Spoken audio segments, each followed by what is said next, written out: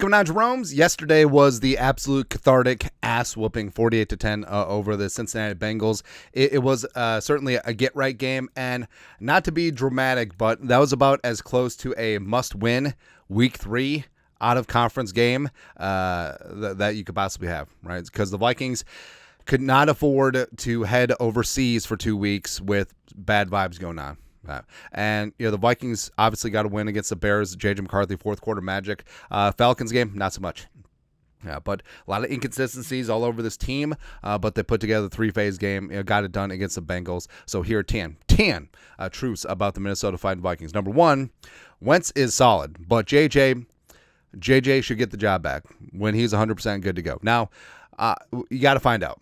And that's exactly what the Vikings have done this season. They built the franchise around J.J. McCarthy. Now, obviously, Carson Wentz looking good. That's obviously very good for the team as well, because having a good backup is extremely important, because a season can get derailed if there is one injury. You're one play away from having your season ruined. Like, imagine, well, don't want to put the hex on anyone, but imagine some of these MVP quarterbacks, if they go down, where their team would be. Right. And Wentz, obviously it's great that Wentz is looking good. Also, Max Brosmer, we're all stars now in the Bro Show. But McCarthy deserves a chance to get a fair look with Darrisaw.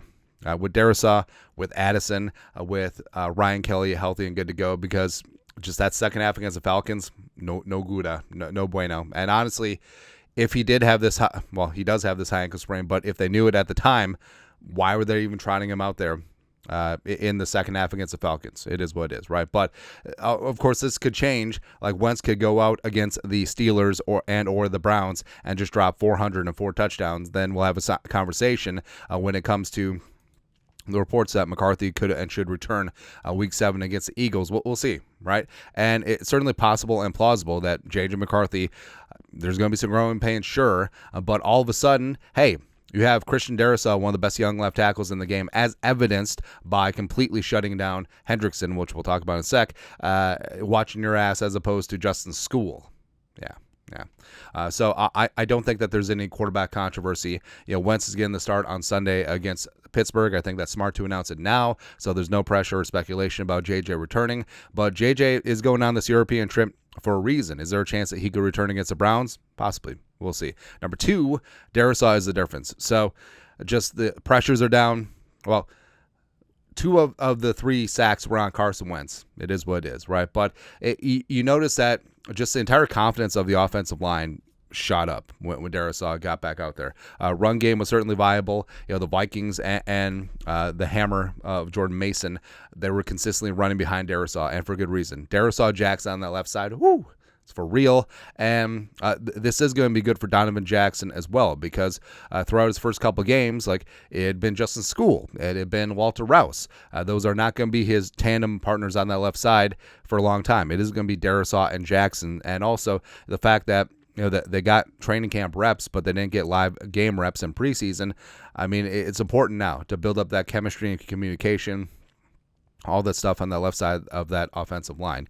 Next up, number three, Jordan Mason, the hammer, right? And I love me some Aaron Jones, but Mason, once Jones gets back, needs to continue to be running back one, getting that work between the tackles, 7.3 yards per carry, 2 touchdowns, and closing things out in the red zone. And it's been a problem during the Kevin Connell regime, where they get in the end zone, they get in the red zone, they get inside the 5, and they can't just punch it in. And Kevin O'Connell, gets a little bit too pass happy and end up with a sack, just like against the Falcons. First and goal from the 2.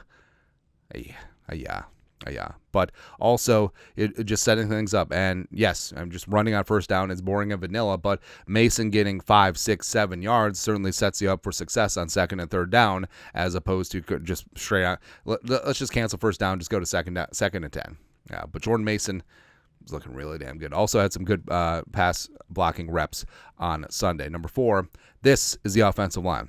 All right, so Juergens did well in place of Ryan Kelly, even though Kelly could potentially return this Sunday against the Steelers. But Darrisaw, Jackson, Juergens also could be center of the future, by the way.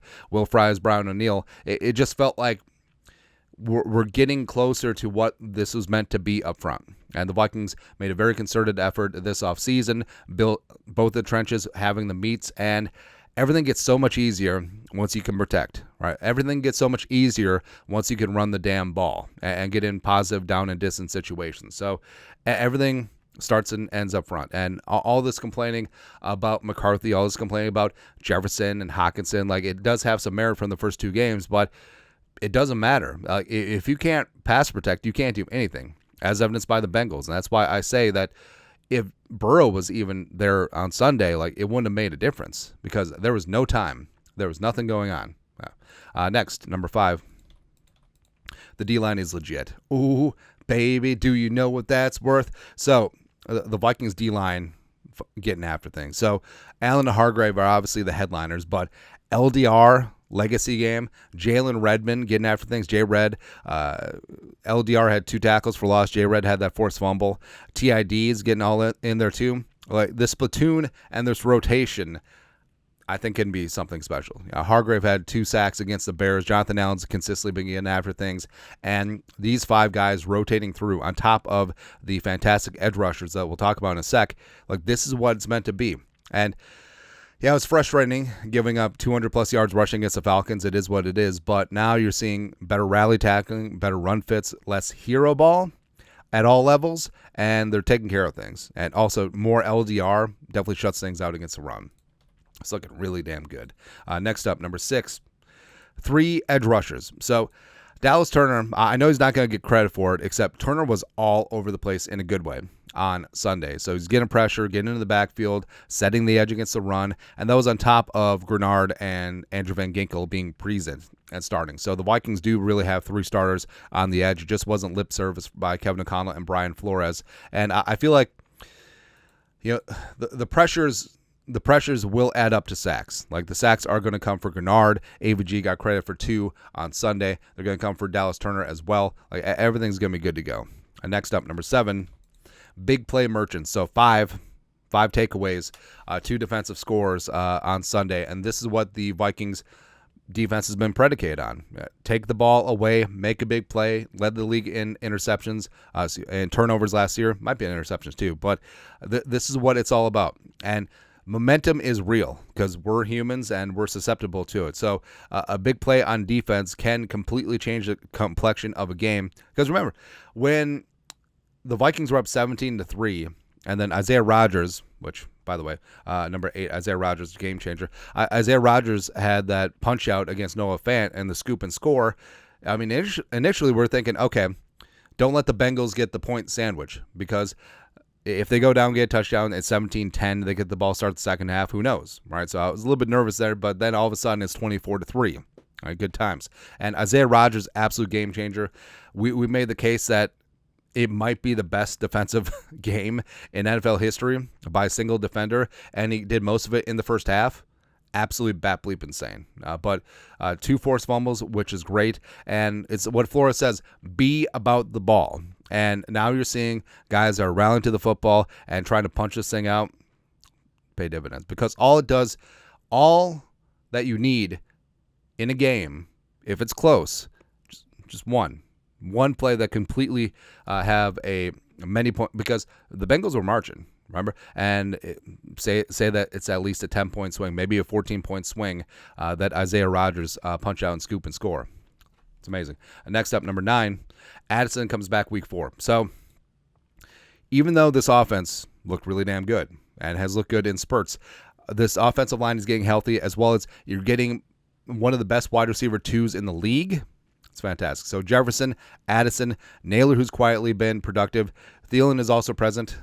Yeah. Actually, I wonder what happens with Thielen once Addison gets back.